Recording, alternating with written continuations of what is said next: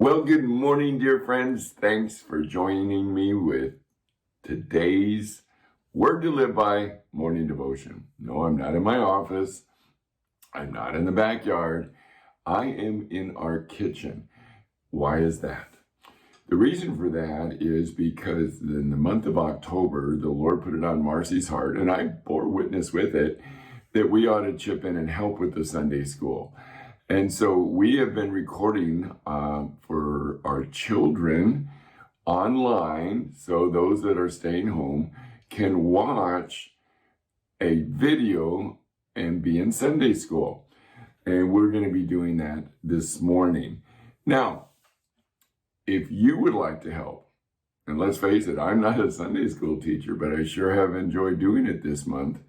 You sign up for a month, they give you all the materials, you can put it right on the phone, and then you can get it over to the Hunts, and Sarah Hunt will edit it and get it on the air, and the kids will be blessed. So if you're wanting to do that, well, I don't know how to do it, she'll explain it to you.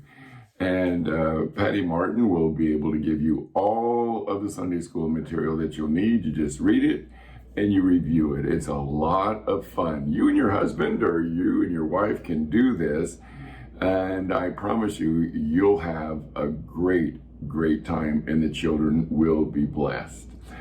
Don't forget, we have a movie Under the Stars. It's going to be a picnic this year, so mark that down on your calendar. There's going to be worship beforehand, and then we're going to be able to enjoy a wonderful movie.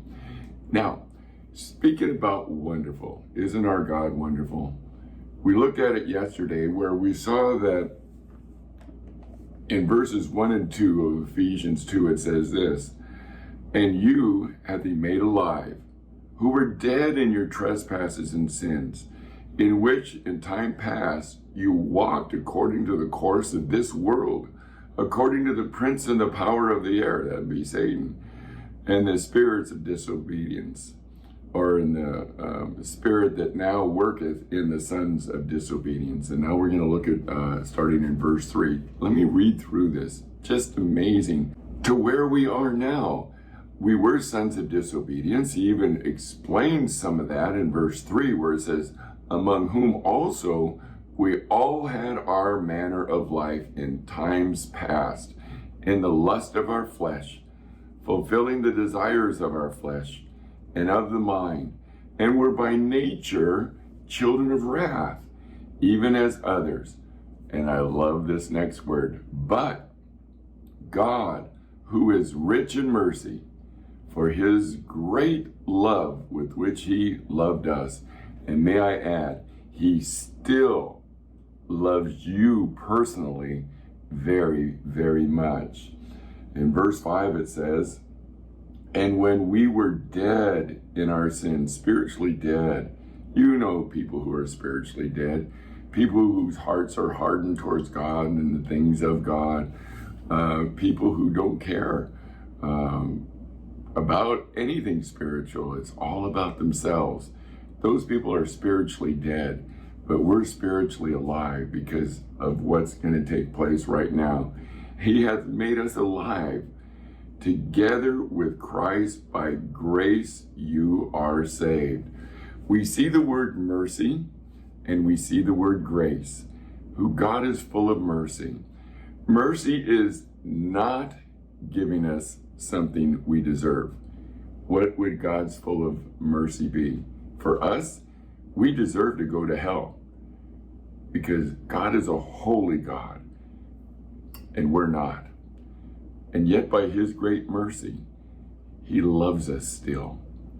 But it says by grace, you are saying, what's grace? Grace is giving us something we don't deserve. Not giving us the punishment is mercy. Giving us something we don't deserve is grace. And what did he give us? That we are saved. We no longer have to live under the fear of not being able to please God, because we can please God. We've been created according to Revelation 4:11 to bring him pleasure, and we can do that. by just acknowledging that he is our God, that we love him, and that we know we're not perfect. And in those times that we're not, we have 1 John 1:9, right? That if we confess our sins, that he, God, is faithful and just to forgive us of our sins and to cleanse us from all unrighteousness. What an amazing God we serve. You know, people are so hung up in the world, so consumed by the virus, so consumed by politics, so consumed by everything, that they're forgetting about the mercy of God, they're forgetting about the grace of God, and mostly they're forgetting about the sovereignty of God. God knew this would happen, and God knew that we could either draw closer to him during this time or pull away from him. And my prayer for you is that you would draw closer to the Lord and experience his great mercy, but even more so, enjoy the grace of salvation, not by your works, but by God's loving kindness towards us. We are saved. That's good news. So let's get out there and share that. And don't forget to mark on your calendar, October 31st, potluck, movie under the stars, a night of worship. All right, my dear friends, have a beautiful day. Get out there and shine for the love of Christ. Let people know the good news about God's mercy and about his grace. God bless you. Bye now.